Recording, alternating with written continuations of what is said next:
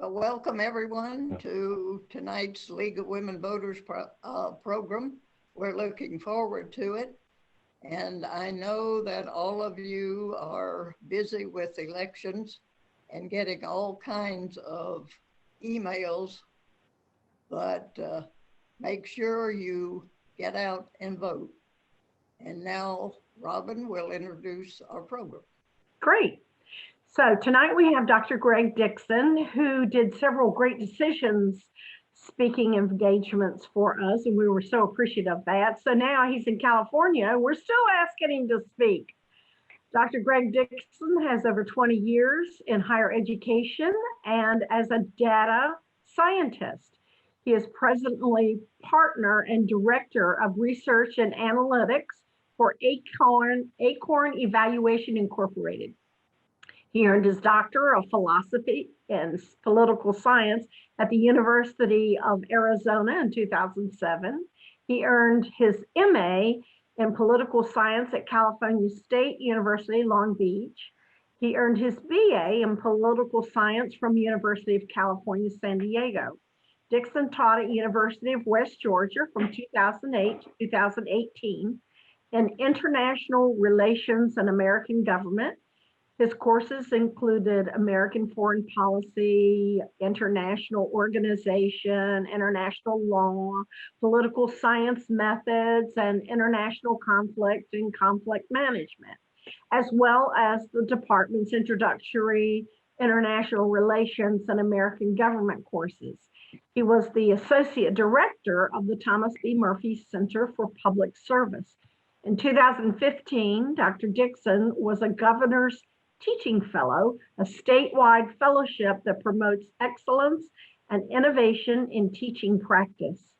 In 2014, Dr. Dixon was awarded the USG Regents Teaching Award for Faculty Excellence for West Georgia. Dr. Dixon has won teaching and service awards in the College of Social Science and is highly rated on RateMyProfessor.com, despite having his courses rated as difficult. Dr. Dixon has published in the areas of international trade, American attitudes towards immigration, and gun control policy. He has done extensive research on the use of applied data science to solve social problems.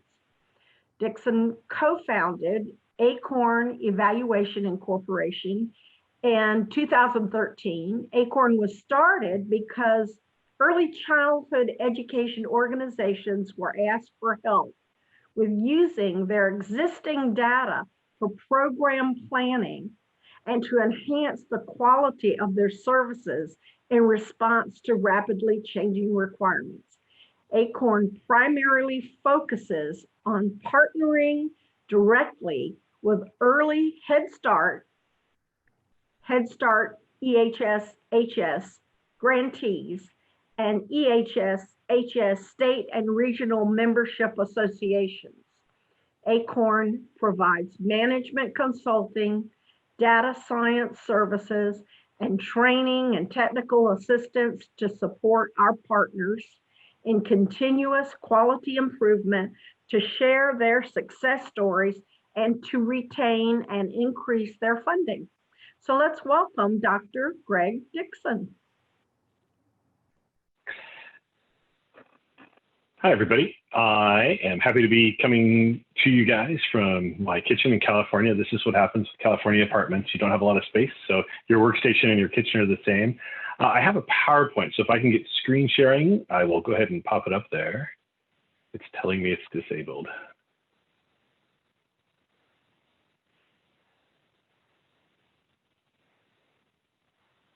This is one of my things with Zoom that I always get a good chuckle about.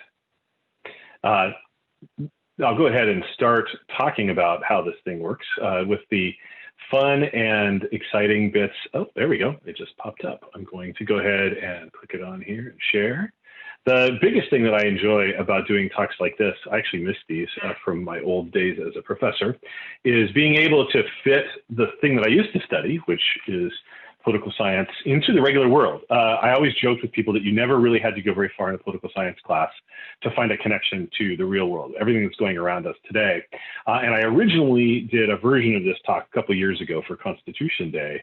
And with each passing year, I found that it hasn't really diminished at all in its applicability. So when I was asked to do this, I said, I know exactly what I can talk about, because it's, if anything, more important today than it was when I gave the talk originally. The title of the talk was A Republic If You Can Keep It, and it comes from a quote that's attributed to Benjamin Franklin at the end of the Constitutional Convention in 1787. They've been locked up in a really hot summer in Philadelphia. They've been doing all this work to build out this new government. And they had originally been sent just to come up with some modifications to the Articles of Confederation, which was our old Constitution. And everybody around Independence Hall, they kind of knew what was going on, but they didn't really know what was exactly happening. So they come up, they passed their new Constitution, they're about to go and start the process of ratification, and a woman whose name is not written down supposedly says to Ben Franklin, well, doctor, what do we got? A republic or a monarchy? Because at the time, this was a real question. Were they going to hold on to representative government, or were they going to abandon it as unworkable? And Franklin purportedly replied, a republic, if you can keep it. And I love that quote because it encapsulates one of the really interesting things, both about Ben Franklin, who was a very interesting individual, but also about one of the great conundrums in American government. What Franklin is saying is, you've got representative government, but you have a duty in this system, and that is that you have to work in order to keep representative government. It doesn't just get handed to you and stay with you. You've got to work constantly and unceasingly to keep it, because there will always be that pressure for it to go away. And as we sit and we look about the world as we see it today, and then we look at all what's going on, this is a very interesting thing for us today, because there's that old Chinese curse, may you live in interesting times. And I think that we can safely say we live in some pretty interesting times. In 2020, all four of the pictures on the screen are from 2020. Today's politics seems crazy. It seems extremely tense. And I have a Black Lives Matter protest here. I have a bunch of workers who are trying to convince Amazon to unionize. I have people being tear gassed for protesting against federal police in Portland, Oregon. And I have a mask protest against wearing masks, asking folks to open up in a pandemic world to relieve some of the pressure that's on them. And when you search 2020 protest pictures, you aren't really short on Google Images of opportunities. There are tens of thousands of pictures that are out there. And those are just the ones that are in the open free use, open domain world out there. So we have this really complicated world in which we live. And we see this in a lot of our reporting and a lot of the media, is there's an emphasis on these divisions. And one of the biggest things about this is they talk about how it's never been like this before. If I hear NPR use the word unprecedented one more time, I'm going to drive up to Los Angeles, where their headquarters is, and say, stop using that word. They talk about it as if it's never been like this ever before in the history of the country. And that comes from what we call recency bias. The idea that what we're facing now is just so much worse than it's ever been is just because it's happening right now. And we've lost the edge of things that have happened in the past because it's the past. We think that today is somehow special and unique. And it is, in that today's different, but it's a lot less unique than we think. The history of the United States is full of periods in which politics is much, much nastier than it is today. Believe it or not, it's an actual truth that today's politics is about as nasty as it usually is when we get into periods like this. But we're nowhere near the kinds of things that we've seen in the worst periods in the United States. And trying to figure out a way to kind of show that in a quick survey way, I went on a tour of pictures of protest in America. In the lower left-hand corner is the oldest one. It's a picture of people in the Continental Congress arguing over the way to go about declaring independence and fighting a rebellion, fighting each other with sticks in Congress. And they're so heated in their argument over what they're doing that they're literally battling with sticks over it. The upper left-hand picture is actually of a famous incident in debates over slavery in the U.S. House of Representatives, where a pro-abolition member of the House attacked a pro-slavery member of the House with a stick during a speech on the floor. I used to have some pictures in here of dueling, where literally members of Congress were fighting duels on the Capitol Mall over points of honor that had come up in discussions. In the upper right is a sign, and it's probably going to be really hard to read on Zoom. The large print is actually less important than the small print. In the small print, it says, "Paid organizers for the communists are only trying to get Negroes in trouble." Now, this is from the 1920s in Alabama. Alabama is a good place for good Negroes to live in, but is a bad place for Negroes who believe in social equality. And this sign is extremely useful for communicating a couple of things. The first thing is everyone would have known what this sign was, which was the Klan saying, "We will kill you if you attend a socialist meeting." But this is the height of the post-World War I period, where there's a resurgence of the Klan. They're at the height of their power. You're able to put a terrorist threat to murder people for attending a meeting up in billboards that include your address on the bottom of it. Terrorist organizations today don't put their addresses where you can come knock on the door and find them in anything that they do. But this was part and parcel to how bad it had gotten in this period of time in the South.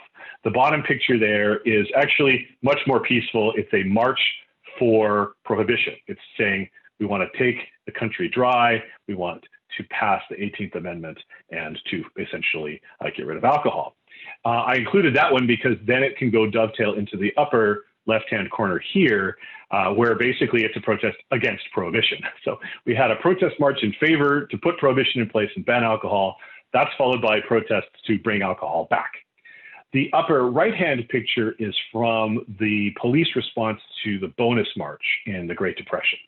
And the bonus march was a bunch of World War I veterans who marched on Washington, D.C. They were out of work, they had no prospects, and they were asking the government to provide them what they called a bonus. Essentially, they wanted a bonus added to their World War I military pensions. The pensions weren't enough to live on.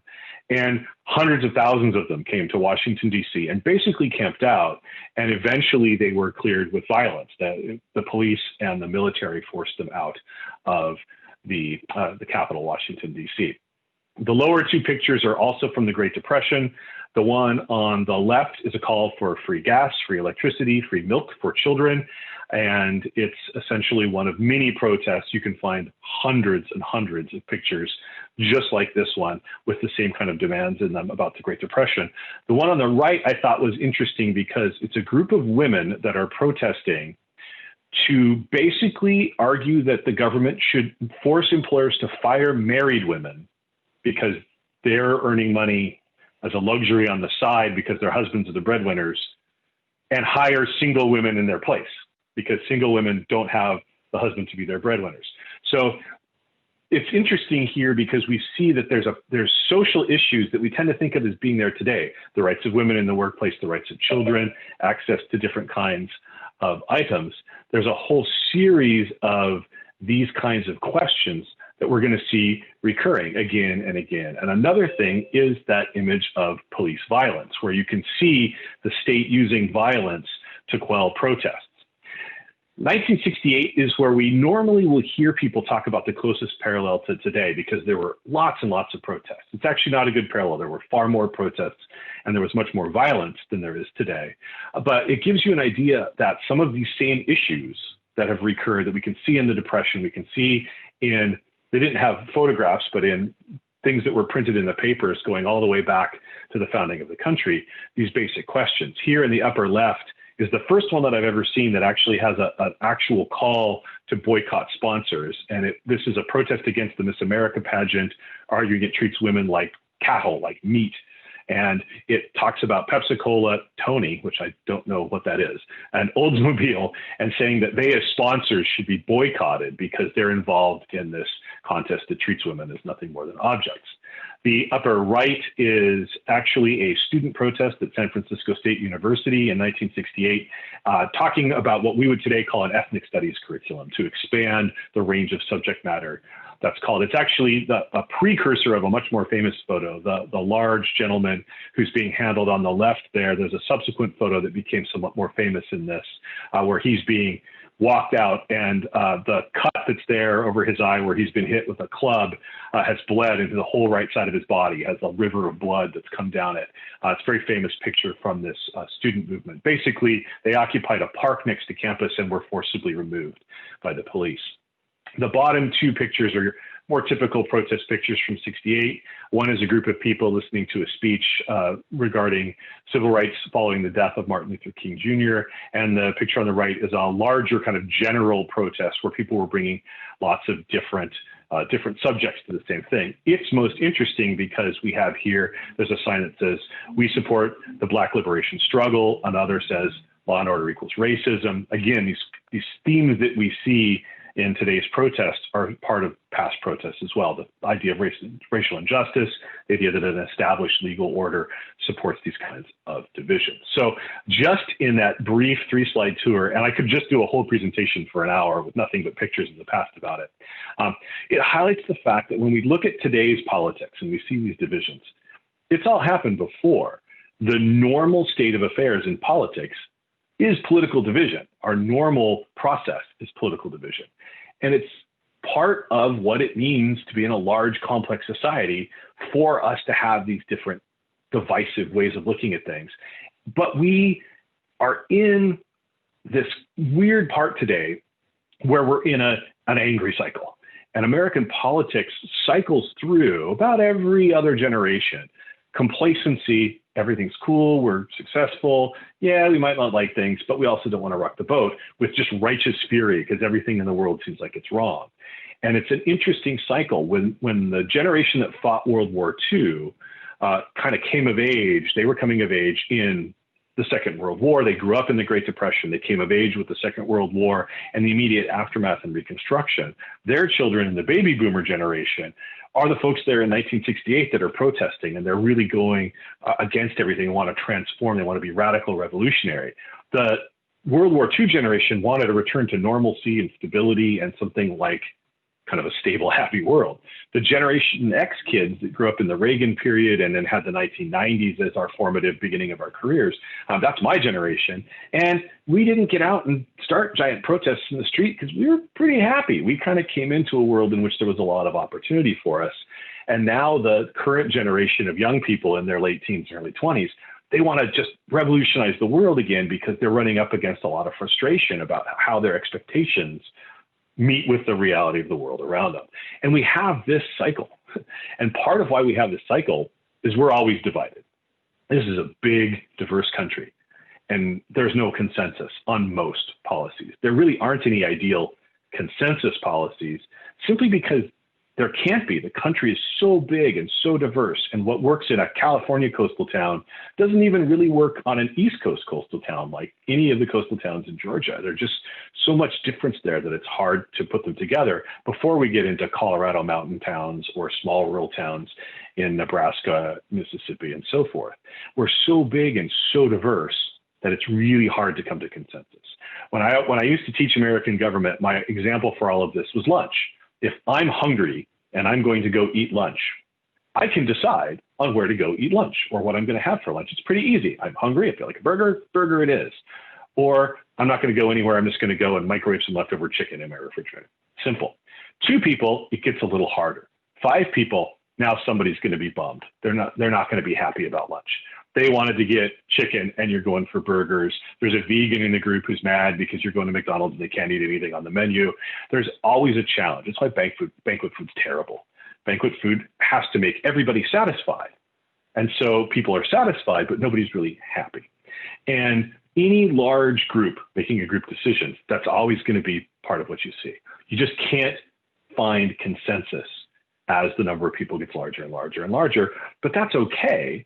Because if we all thought exactly the same, it'd be a really boring world. We'd all have been assimilated by the Borg from Star Trek or something. There's not really any real large group of people where you're ever going to get consensus beyond some really basic things. But we cope anyway. For most people, most of the time, the coping mechanism is simple. They ignore politics. It doesn't really matter. A lot of what's included in political debates, as much as we might be fired up about them in times like this, isn't as connected as other things going on in our lives. And the political process it's not a good one. It sucks. We don't like it. Even when you get outcomes you like, the process isn't a lot of fun. I used to joke about the fact that everybody hates politics because politics forces compromise. Everybody goes into a political process and comes out with some kind of compromise. Nobody ever gets everything they want. So everybody finds it distasteful. And if you feel passionate about an issue and you think that there's a particular thing that we should all be moving towards and we don't get there, it leaves you frustrated.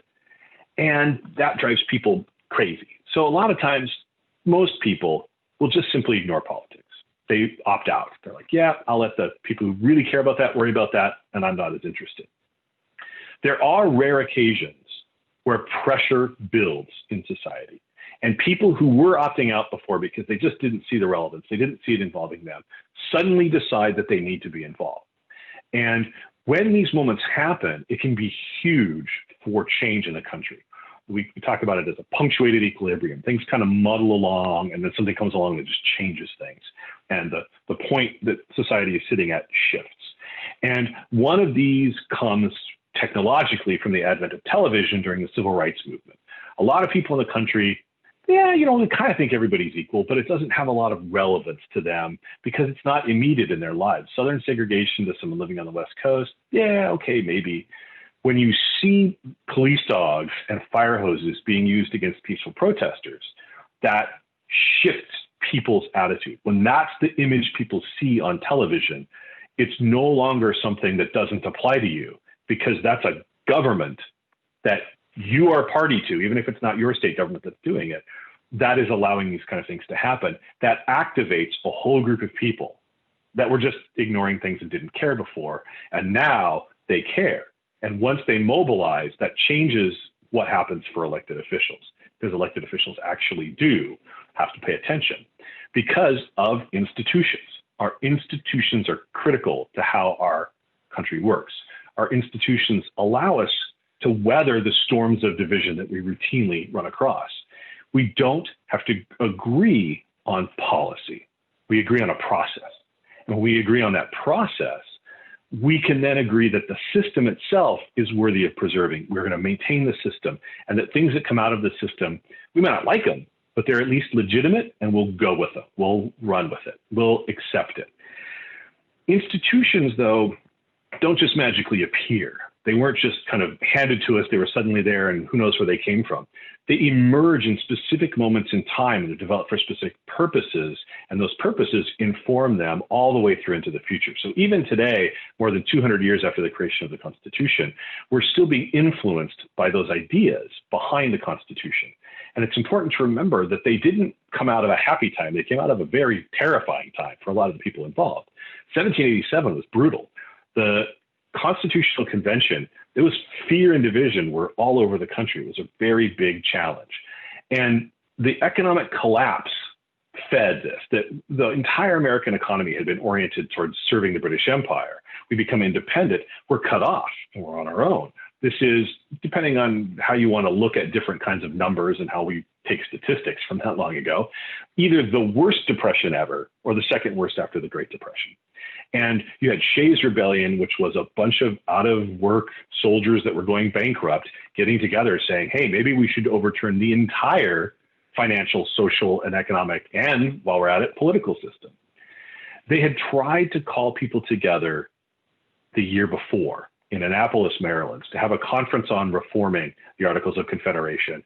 And not enough states sent delegations to get a quorum. People just didn't show up.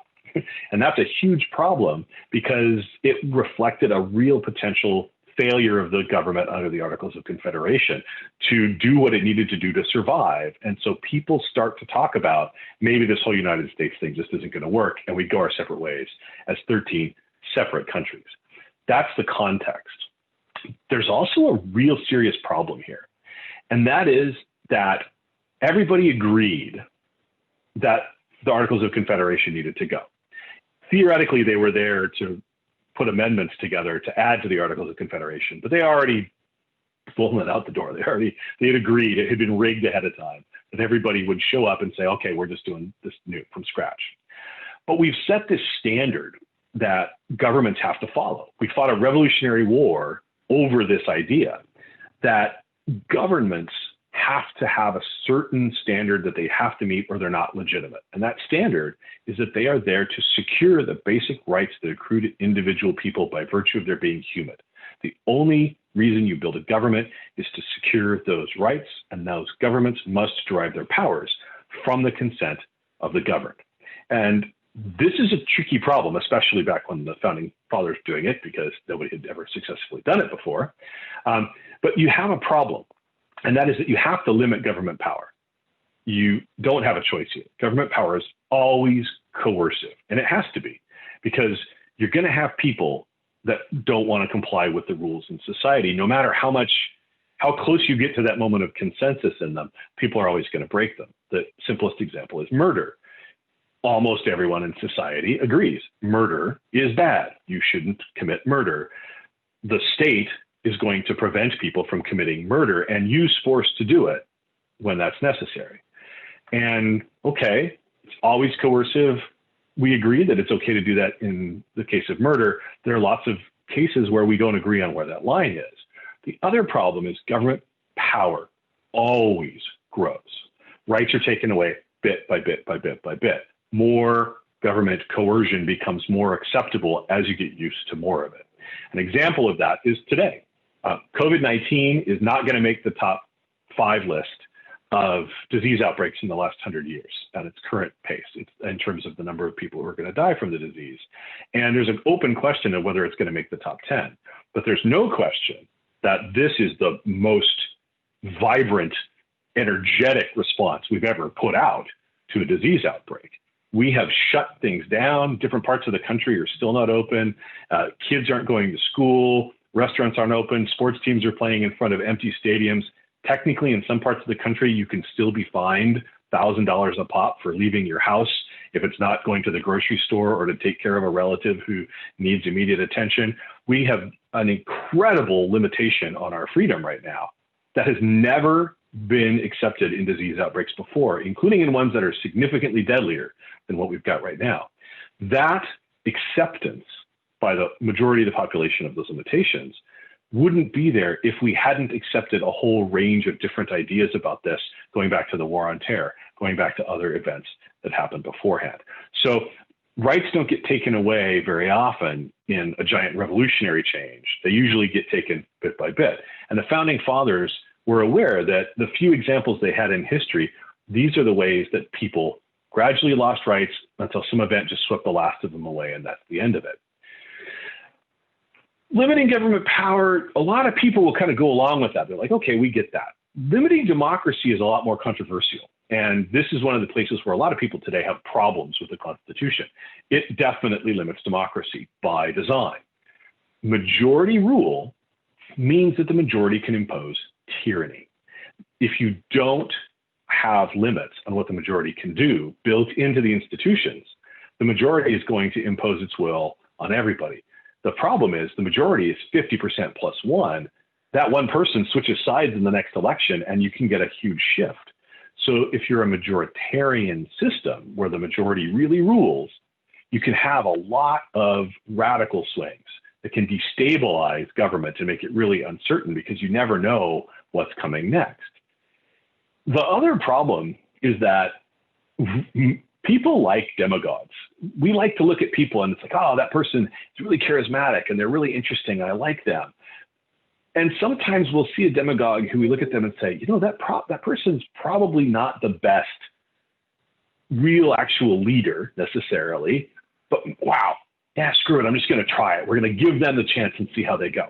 And it used to be that I had to go back in history to find somebody whose name would be familiar enough, particularly the 18-year-old freshman American government students, to actually give them an example of this. But now we have this in Donald Trump in the White House. We have somebody who wasn't expected to win, faced long odds from the beginning, but really is a pretty, as close as you're going to get in modern American politics to an actual demagogue. And he basically was there and he was running, and a ton of people looked at Hillary Clinton and said, she's just so much the embodiment of this whole political machine that we hate. We don't know what Trump's going to be like as president, but hey, I'll roll the dice and I'll see how it goes. And as much as we talk about, at least in kind of the tone of the media and everything else like that, how, oh, Biden's really ahead right now, there's always this tendency in Americans to roll that dice and say, 4 more years, we'll see. So there are these times where people will do these kinds of things and they roll with it and they see how it goes.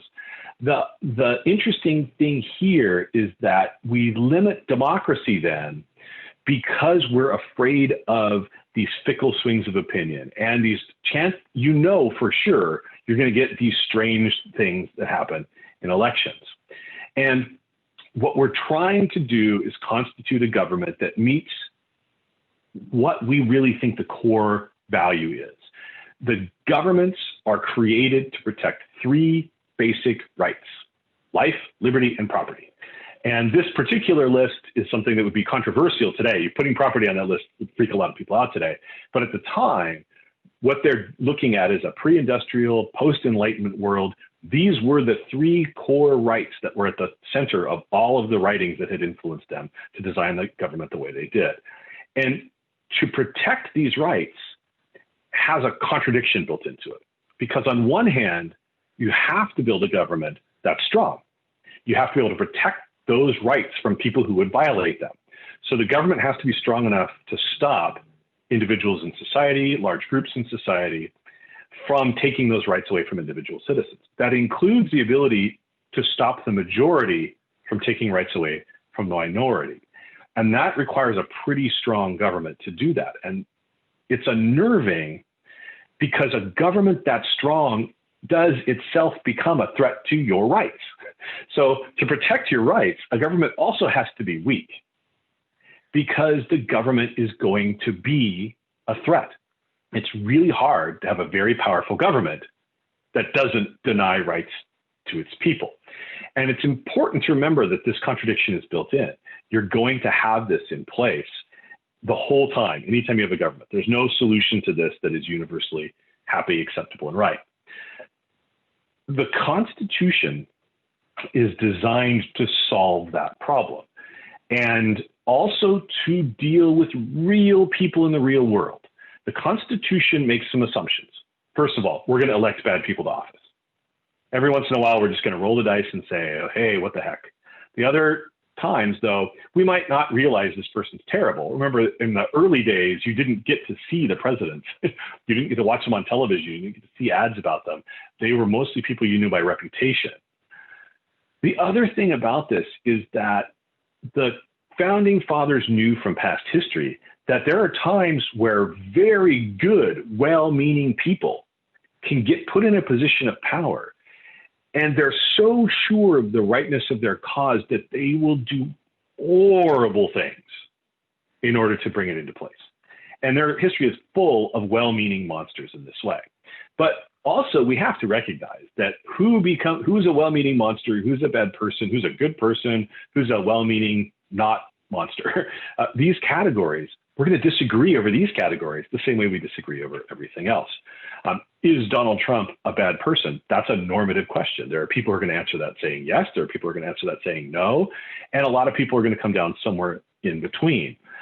We've been fortunate that we don't have a lot of well-meaning monsters in the history of the presidency, but we'll see how this goes into the future. The founding fathers kind of assumed, though, that these were all possibilities. The interesting thing then is that the Constitution creates a central government that has enormous potential power.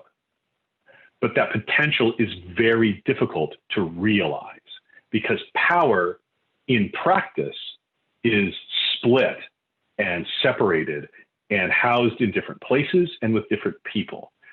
So vertical separation of powers comes through federalism. We have the federal government has powers delegated to it.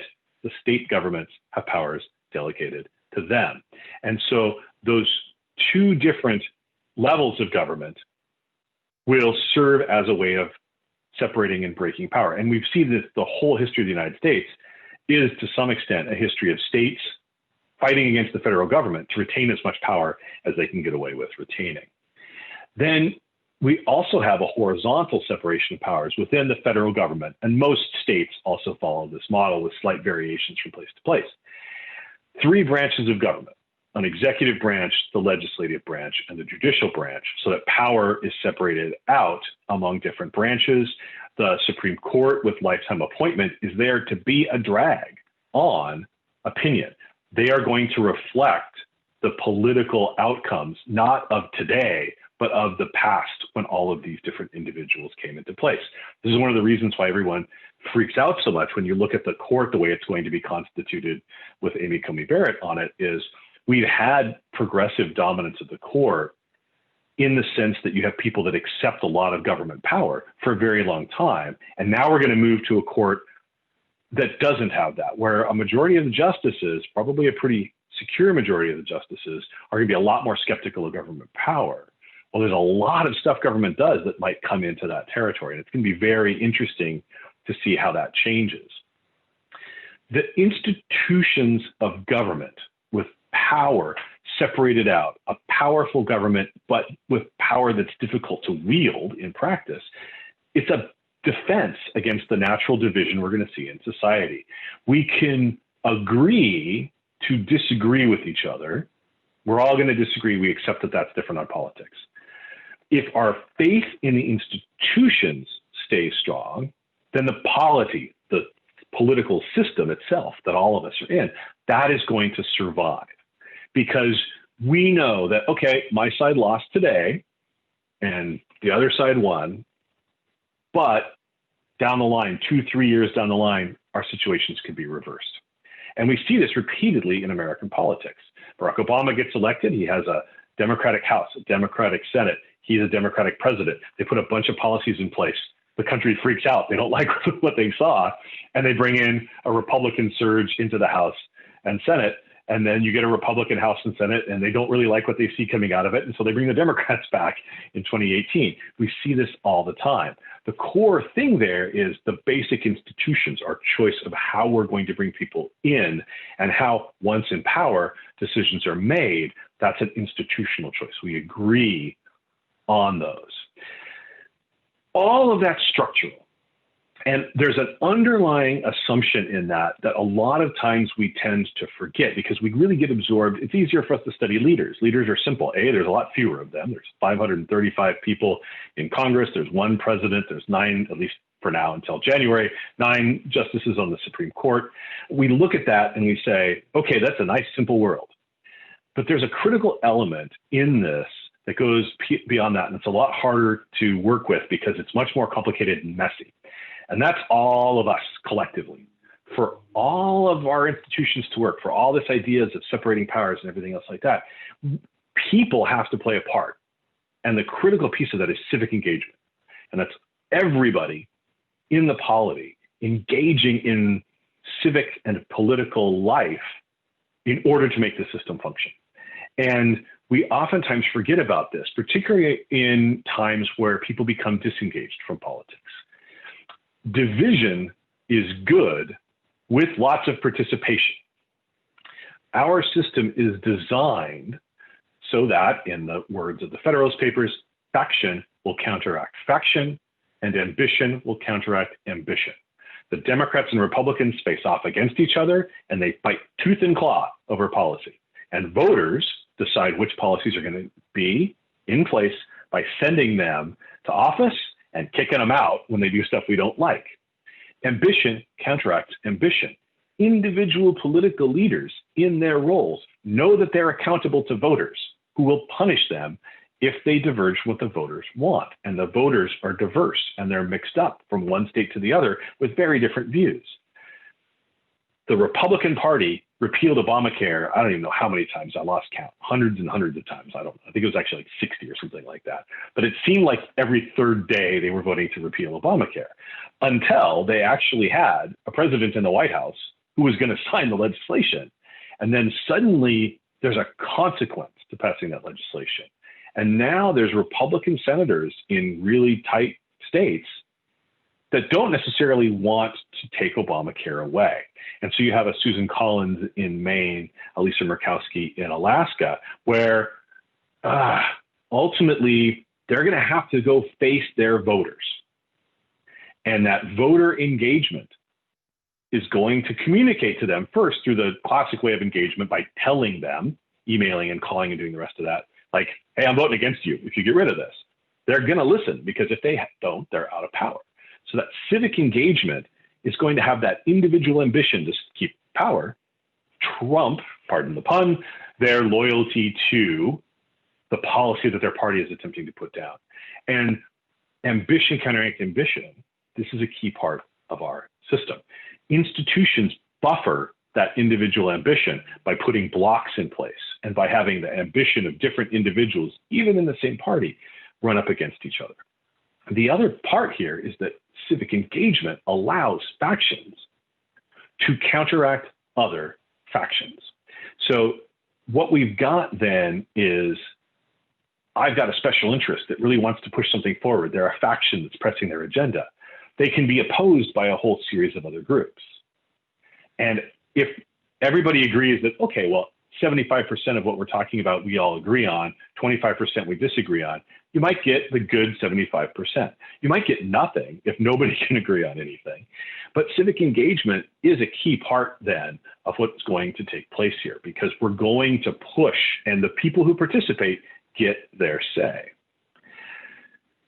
Civic engagement is how we, as the governed, express the consent of the governed that we need to express in order for our government to be legitimate. So we think back all the way to the Declaration of Independence. Governments are constituted to ensure that our rights are protected, and a government is only legitimate if it continues with the consent of the governed. Well, that's all of us. Our participation in political life is that consent, even if our participation is to not vote and let somebody else deal with it. I'm not going to follow, I'm not going to engage, I'm not going to do anything else. Forget politics. I'm going to let other people mess with it. That is a choice in politics, a choice to let other people decide your fate for you. At the local level, the state level, and the national level, civic engagement is the mechanism through which we hold our leaders accountable and send messages about what we want. I'm out in California now. We have a ton of measures on the ballot. And so we all get to vote on a bunch of different things, some of which are important and some of which you're trying to figure out who on earth spent money to put this on a ballot. But we have that direct democratic world that we live in there. We also have the same local politics that everybody has everywhere else. And local politics, you can get much more deeply engaged in it because you can see, okay, what's going on here? You know the people involved. Those are one of the things I loved about Carrollton is being involved in politics. You knew all the people involved. In San Diego, this is a giant city. There's a whole swath of the city with 2 people on the city council that I will never meet because I'm never going to travel into that part of East County probably. And I may never even see those people. And there are millions of people here. It's very hard to connect at the local politics level. And at the state level, things can work the same way. At the national level, I may not know people directly, but my participation in that is still essential because it's this classic cooperation problem. If all of us just stay home, then the tiny percentage of people that vote get to decide everything. But the odds that our one vote is going to change a national election is not very big. So do we want to spend the time and effort? And that's an individual choice, but the choice not to participate is also a choice. Civic engagement is extremely important, most of all because it holds leaders accountable. It is that public voice. It's all of us engaged in discourse. The other thing about it is when lots of people expressing lots of different views engage in public life, it permits vigorous discourse. Everybody in a position of power who has ideas about what's good will always try to silence their opponents. By fair means or foul, they always do. And it's easier when there's less discourse. The less discourse there is, the easier it is to do. There's arguments today about whether social media means we have so much discourse that everybody has a say, but it's harder to silence lots of different groups that oppose you than it is to go silence one. The other thing is civic engagement, if we promote that vigorous discourse, and if lots of groups are doing it, gives marginalized groups a voice. If the only real way that you can communicate with the citizenry as a whole or with your elected officials is by spending a ton of money and having a lot of institutional power, it pushes people out. Marginalized groups have driven every major protest movement in the United States. Every major advance of rights in this country has come because some group that's left out, some group that should be having an experience of their rights being validated by society, but isn't, has raised their voice. And this becomes one of the important parts of civic engagement. It's the only way that they're going to get that out there. The other part is it reduces the practical impact of special interest groups. It's a lot harder for narrow groups to get what they want and to buy their influence when lots of people are participating. This is different with every generation. Every generation picks its battles. There's lots of different things in the world that are messed up, even though we don't all agree on which parts were messed up. Larger forces are going to set a stage for us. My generation had it pretty good as we grew up in the 80s and came of age in the 1990s. We entered the workforce in a really terrible recession back in 1992 when I was looking for my first job. But within 2 or 3 years, we were in a big economic boom, lots of opportunities. It worked out pretty well for a lot of folks in my generation. So we weren't going to go out in the streets and be mad. We were basically seeing the world we were told we were going to get. And so we ran with it. And that's not where a lot of young people are today. They were told that if you guys all do this, the world's going to turn out this way. And it's not like that. They were misled by not the best education, but that's my view of one of the foundational pieces of it. But they've also been told that their needs should be met in a way that previous generations weren't. People determine the outcome. Engaged individuals set the agenda. What is going to be discussed by our political leaders? What is on the table? That comes from people who are engaged. Engaged individuals participate in the debate. If you're going to listen to the different pieces of discourse, they're going to come from the people that are there. What arguments are made and where things are going to land comes from individuals. So it's engaged individuals that determine policy. What the outcome is will be shaped by the people who participate in the fight. And that is one of the big challenges for each generation is what are we going to do? How are we going to do it? One of the great things about this country, and the more I studied international relations and the more I looked at the way other countries' institutions were organized, the more appreciative I was of the fact that I live here, is the Constitution genuinely does force elected officials to provide an account of their actions to us in the form of elections. We can throw them out when they don't do what we want. Now, yes, it's not easy, but we do have the opportunity to do that. The more engagement there is, the easier it is for us to do that. The lower the participation, the less accountable our leaders are. So average citizens engaged in political life make it easier and more effective for holding our leaders accountable. Participation trumps division.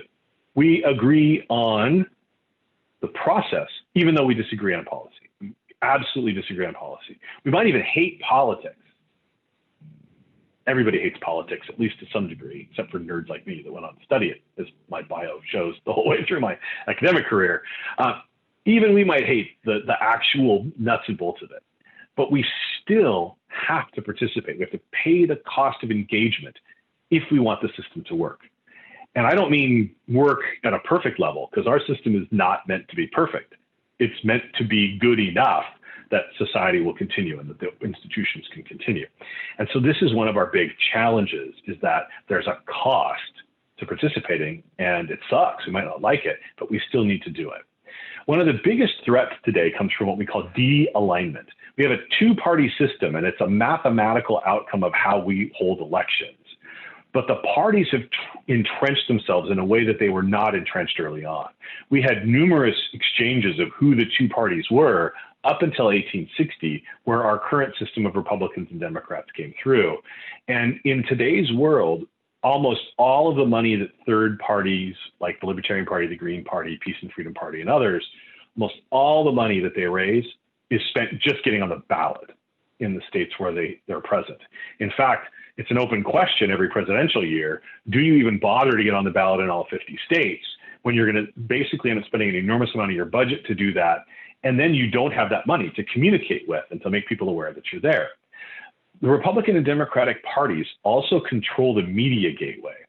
You will never see a libertarian or green or any other candidate up there on the stage with the two presidential parties since Ross Perot screwed up everybody's math in 1992.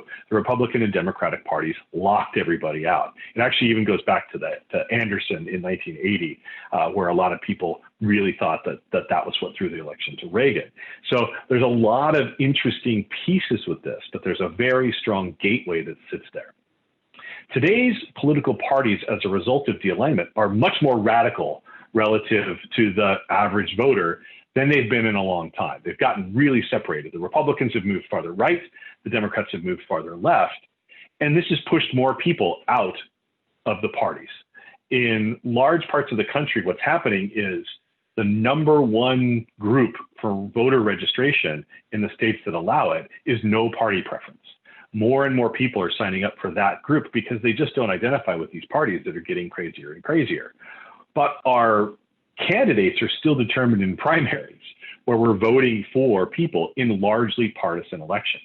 Even California, which got rid of partisan primaries and went to the so-called jungle primary, where it's the top two finishers go, part of the difficulty is with overwhelmingly Democratic voter registration, the Democrats still tend to win, and you get Democrat versus Democrat in a lot of these races. The parties still clearly set the agenda, though. The difficulty today is as both parties start to really feel the impact of being farther from the middle, they've begun to attack the institutions. Neither party accepts losses, particularly at the presidential level, as legitimate anymore. And this goes all the way back to 2000, when the Democratic Party actively opposed the idea that George W. Bush had been legitimately elected, right up until 9/11, when circumstances changed. Republicans in the Republican Party, a lot of them never really felt that Barack Obama was legitimate. They had concerns, and you can see this with a whole series of things, the messaging that took place on the right in the Obama administration. And obviously Trump has brought that to a whole new level with the anti-Trump resistance that we see. And both parties now are eroding the formal institutions. We've seen the elimination of the filibuster on many votes in the Senate. We now have open discussions on the Democratic Party side of just an infinite increase in Supreme Court justices every time things go back and forth. In the primaries, the Democrats debated, should we pack the court or should we go to 11? Maybe we could risk going to 13. And now the debate is openly whether it's 13 justices or 15 justices in a future court, eliminating the filibuster for all legislation so that essentially the Senate becomes just as majoritarian as the House. These are real differences in the way the institutions have traditionally been in a formal sense. Both parties have also just thrown the norms out the window. It's a complete transformation of what our basic fundamental norms of politics are. And this is a huge challenge. Our media has also substantially changed over the last 20 years as news gathering has moved out of a separate world into the entertainment divisions of large media conglomerates.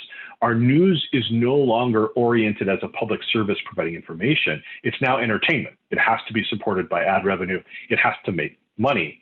And as such, it's been divided up. And so the media now routinely attacks institutions because there's ad revenue in it. And this is one of the big challenges that we typically see. So one of the things here as I get close to the end that I always find is interesting is all of this has happened before. In the 1930s, in the New Deal, there were massive attacks on existing institutions. There were all manner of threats that came up. In the 1960s, there were tons of people who argued that we needed to just rip the whole system up and start over from scratch. All the way back even before World War I, you had people writing books about how the Constitution was really just this property holders deal to keep everybody else down. And we can keep going back to the arguments that brought us to the Civil War. We've always had these challenges before, oftentimes even to a greater degree than we have them today. And we overcame them through the institutions. And we have always been able to hold those institutions as the central piece that's able to hold it together. So here we are in 2020 with an election. We have an election a week away. I am fortunate in that in California, I was able to cast my ballot ahead of time. I'm done. I don't have to worry about it. It's in and it's set. And got the text message from the state that said that they had received it and that there were no problems with my signature. So it's great. But I still will get to sit there next week on Tuesday and wonder, is the rest of the country going to go as smoothly? Are all these different issues going to get resolved? But that doesn't change the core fundamental thing. And that is that ultimately, it's the civic engagement of the citizenry of the country in our politics that is going to say, how does this turn out? Not just who wins the election next Tuesday. In the grand scheme of things, who wins the election is less important than the continuation of the institutions that have kept representative government and basic civil liberty for the overwhelming majority of the people of the country, and an ever-growing quest to perfect the promise of civil liberties for the country. All of that rests on a single foundation, which is the engagement of average citizens in our process. And today, more than anything else, we need that engagement. And we especially need it from that moderate middle of the country that hates our politics and is just kind of disgusted by all of it. And is the least likely to engage because of that. We need them and everybody else to participate so that we can hold our elected officials accountable and so we can ensure that the institutions endure over time. That's it. That's all I've got in this thing that only went for like 50 minutes. So saying that's all I've got when I talk for 50 minutes straight is definitely not the easiest thing. So I'm looking over here at the chat and I'm going to see if I can handle Tony was a home perm project. Oh, it was a terror project. Going back to that picture of what Tony was in the protests for the Miss America pageant. I'm going to stop the sharing, and I don't know, and maybe some of the folks from the League of Women Voters can tell me whether or not we normally would go to a Q&A in the chat or whether this would be the end of it.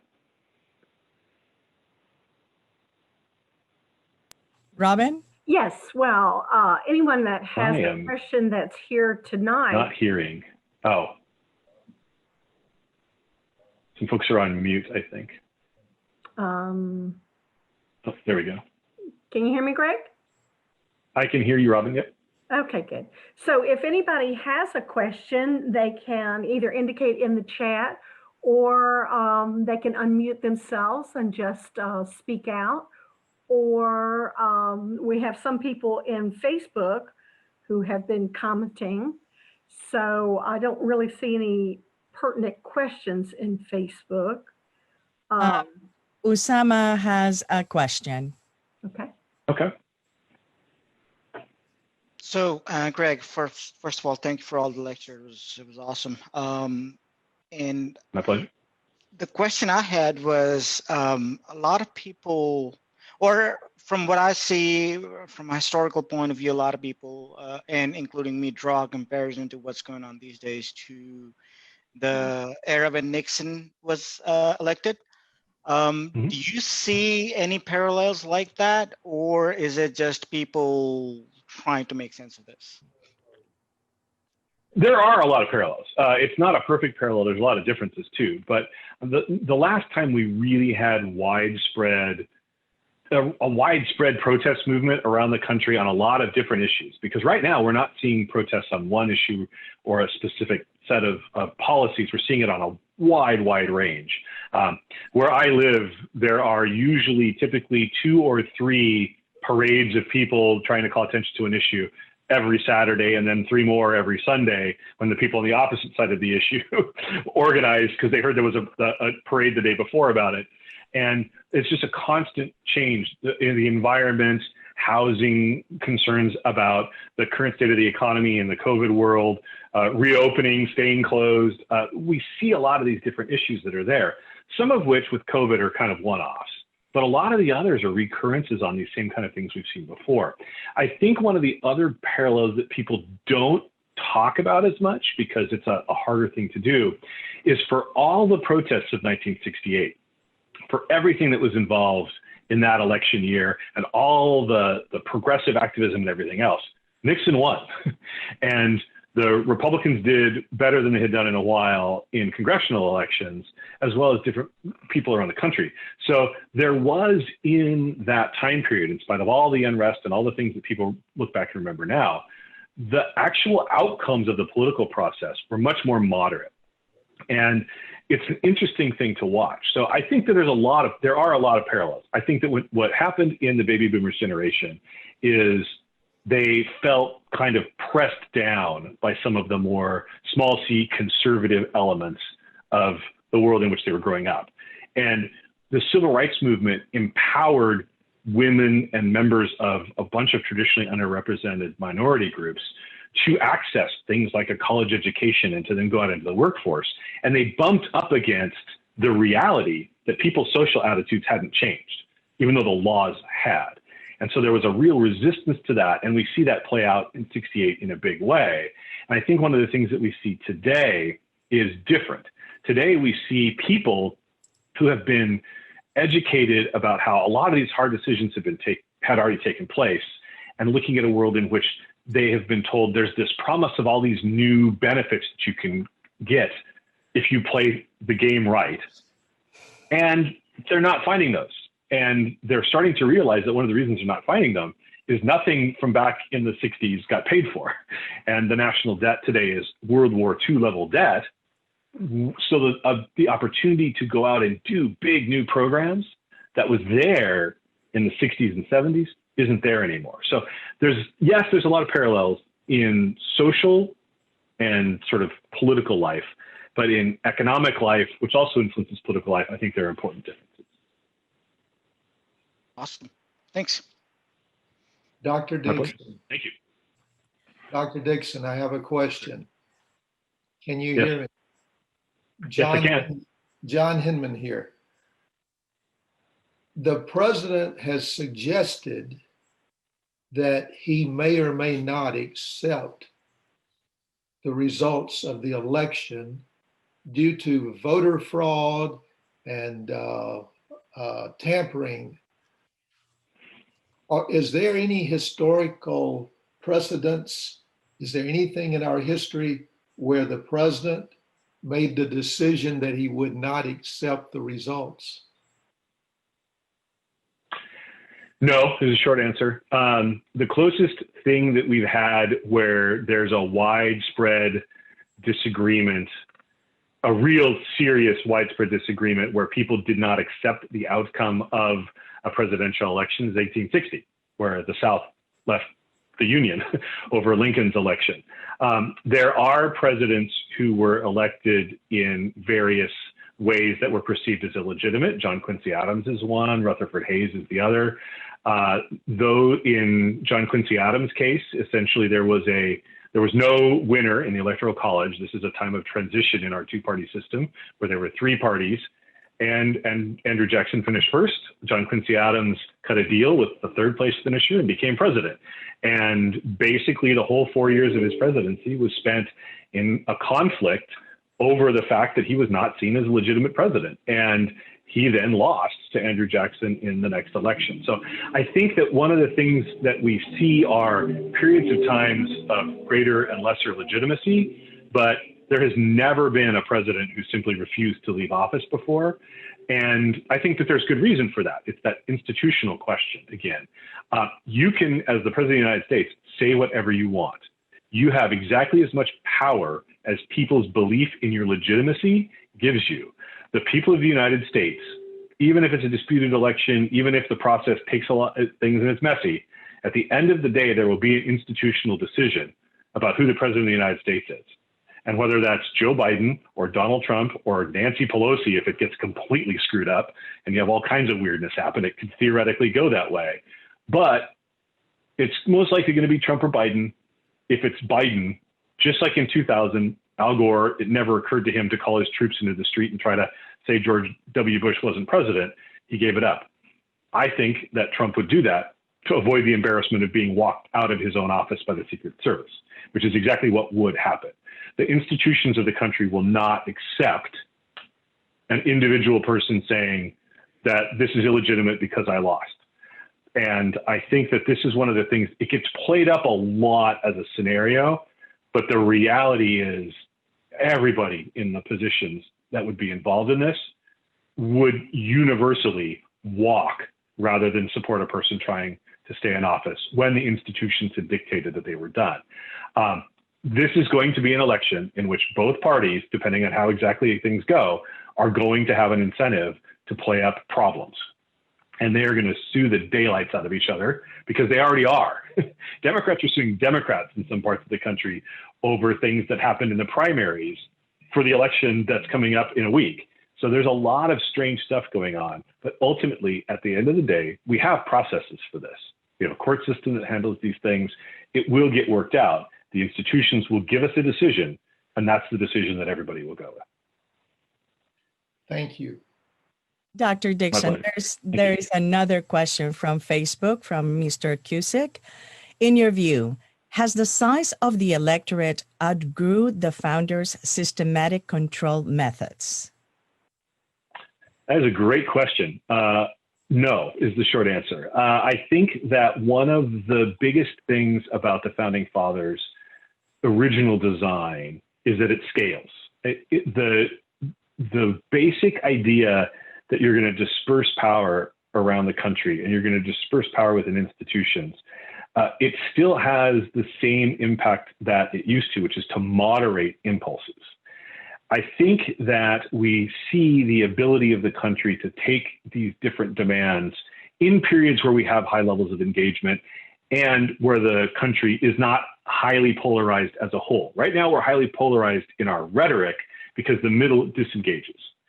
The middle of the country in survey after survey after survey basically continues to hold moderate compromise policy positions. And the two parties are getting farther and farther away from that on the end. That's not a function of size. It's a function of the way that our institutions are basically bringing people into the discussion or excluding them from the discussion. I do think that there will come a time where we might run into problems when the country becomes more interspersed. So California, you have people that are very conservative and people that are very liberal across the street from each other. There's a Trump sign on one side of the street and a Biden sign on the other side of the street. And in those neighborhoods, the geographic boundaries we have in some of our districts lead to a very easy gerrymander, where whoever controls the districts can essentially dictate the outcome. That's still hard to do in a lot of places. It's easier today than it used to be because data science lets us have better tools. But as long as people keep moving and keep shifting, it's always going to be moderated to a certain degree. If we do get to a point where we become much more mixed than we are, then you will have a potential issue where the political outcomes don't represent anything that's in the boundaries of what people typically think are acceptable. But we're a long, long way from that. And it would take very weird patterns of human interaction to get us to that point. But I don't think that scale is a problem. I think that the biggest problem we probably have is more access. The parties have created large institutional blocks to participation, and they hold the gate keys. That's much more of a problem than scale. I have a question. This may be a question that's too large to answer tonight. Perhaps you can keep it brief, or perhaps you could refer someone to discuss this. My question is, do you believe that the Electoral College has served its usefulness and should be abolished? I'm actually a fan of the Electoral College. I think I might be one of the last ones. The Electoral College forces presidential candidates to pay attention to small states and build their coalitions. And I think that that's still important. I definitely have mixed feelings about it, though. I would not go out into the streets to fight to keep it. I would rhetorically argue about it. But I think that one of the biggest things with a large, it's that scale question again. In a large, diverse country, there's value in institutions that force people to actually go out and go to the smaller states. I would, however, if I were giving control of this, I would end the winner take all. I would get rid of winner take all. I would basically say that the Electoral College delegation should follow the actual votes in the states. So California, all of our votes are going to go to Biden. He's going to win. And he's going to win huge here, so that's going to fairly represent. but the entire Central Valley of California, that's going to be the big agricultural area voting for Trump, they're essentially completely disenfranchised. So I'd move to an electoral college selected where it's proportionate to the vote. So it's not winner take all, but I'd keep the electoral college so that Connecticut actually has a say in the presidential election. I would say that that's probably not where most political scientists are. Certainly not majoritarian ones. Robin, I wanted to ask a follow-up question based on your question, if I may. Sure. So I agree that, you know, on the electoral college, it adds scalability and all the smaller states don't get ignored. But on the Senate side, like North Dakota and South Dakota, both they have like 800,000 population, while I think California is close to 40 million. And yeah, you still get the same amount of senators. So how do you cope with that inequality of the Senate, which also possesses a lot of powers, including Supreme Court appointment recently and other stuff? Basically, on the how do we cope with that sort of inequality where California gets 2 senators and, you know, the Dakotas combined get 4, and you get the point. Yeah, the short answer is the House of Representatives is how we cope with that. The tricky part here is that there is a definite undemocratic element of the Senate. That's a design principle. And it goes back to the same question that the founders debated at the Constitutional Convention, which is the question of, to what degree should the large populous states just be able to roll over the small ones? And when you are designing a system that's intended to protect the smaller groups from the larger groups, that's something that definitely has to be taken into consideration. And so the Senate has value in that sense.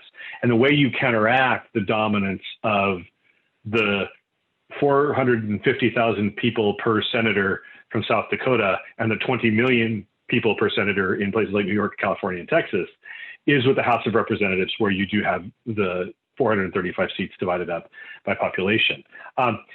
It is one of those things that in our modern understanding of how democracy should work, though, definitely goes against democracy. It absolutely does.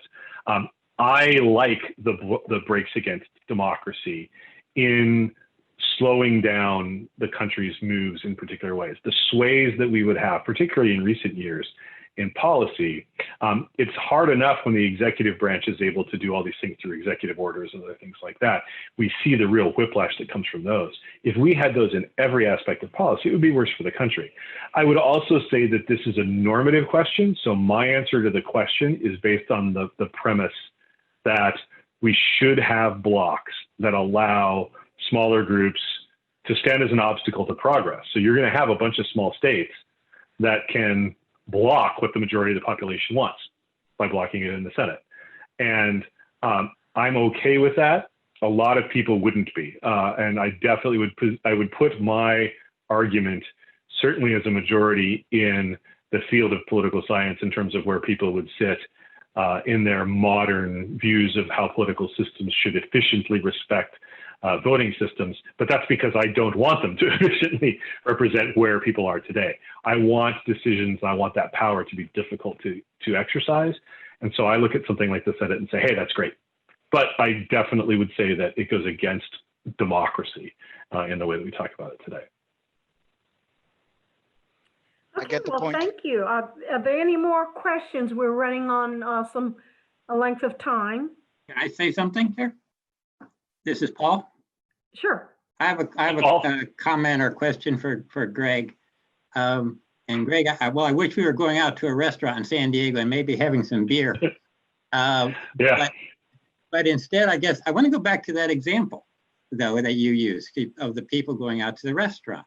Because to me, first off, that there was things underlying that, there are assumptions. One is that the people have money in their pockets so they can go to the restaurant, and that there are restaurants. And as you know, in Georgia, I think you know about that. I don't think you left before this, but Georgia was one of the states that never expanded Medicaid. And so basically we have a real healthcare crisis in the southern part of the state where hospitals or restaurants in this case, aren't there. Obstetricians aren't there. And there are a lot of poor people in there who are, let's be blunt about it, dying by the hundreds because of this, that situation. And so basically there's this tremendous amount of social and economic inequality that I think is being very disruptive to this democratic system as well. That is not only interferes with civic engagement because it takes some resources to do that, but we've got a situation where money has become equated with free speech. That I think is a terrible political equation. So I think that gets in the way of it too. And, I just wanted to throw that in there, but also say, sort of like you, I don't necessarily like fast change, but when it comes to hundreds of thousands of people dying or something like that, yeah, I want things to change fast. I don't want it to go slow. When in matters of life and death, yeah, let's move fast on those things if we can. So I think sometimes there is crisis. So it's kind of a difference in my thinking now, but on the one hand, you want leaders who can say they've got the pulse, their thumb on the pulse of the nation, that kind of stuff. But I think sometimes you need leaders who create the pulse, and can rally the people and to make sacrifices and to bring about fast change because it's necessary. I don't know, that's just my commentary on this. Yeah, our system is not designed to really make that kind of change easy. And I think that one of the problems is we genuinely do have a real serious healthcare system problem in the United States. Our current system is accidental. It came about because in World War II with wage controls, people's health benefits became to depend on their jobs because they offered health benefits as a substitute for wages, which is fine as a temporary thing while you're fighting a war, but is a terrible way to run a healthcare system in the modern era. And it creates incredible inequality. It creates massive problems in healthcare service delivery, and it creates huge inefficiencies that make the cost of providing care much greater than it otherwise has to be. It also makes you dependent on your employer for your healthcare in a way that's totally unnecessary in our system. The difficulty becomes in, well, what's the replacement? And the agenda right now is being set by two political parties. And honestly, the single payer system is what the Democratic Party wants. They want to replace our existing system with a national health service, which isn't something that the majority of people want. But there is no alternative other than the status quo. The Republican Party doesn't actually have a healthcare plan. They have talking points where they've talked about it, but there's no specific policy there. And so right now we are essentially frozen with choices that are not there. This is the disadvantage to our system. And you're right. The cost of it is measured in lives, particularly in a pandemic. And this is something where we have a profound weakness here. Part of it is the institutional blocks. Part of it is there's a consensus that something needs to be done. Surveys, 95% of the country say our healthcare system sucks and something needs to be done. When you ask what, there's nothing like a consensus. There's not even a majority. And so this is where if we had somebody, you're right, who could come in and say, this is what we're going to do. This is how we're going to pay for it and bring people along. That would be great. But honestly, our leadership is not there right now. We don't have that in this country. And what's being offered on the table are things that don't have sufficient majority support to get through. On the Democratic side, but on the Republican side, I still don't know what their plan is because they still haven't presented one this year. Their plan was repeal Obamacare and replace it, but we never got to see what the replacement was going to be. That's one of the reasons it failed. So I think that one of the challenges for us is we genuinely do at times have a need for solutions, and our system's not good at that. And the balance of that is most of the time we don't need the rapid solution.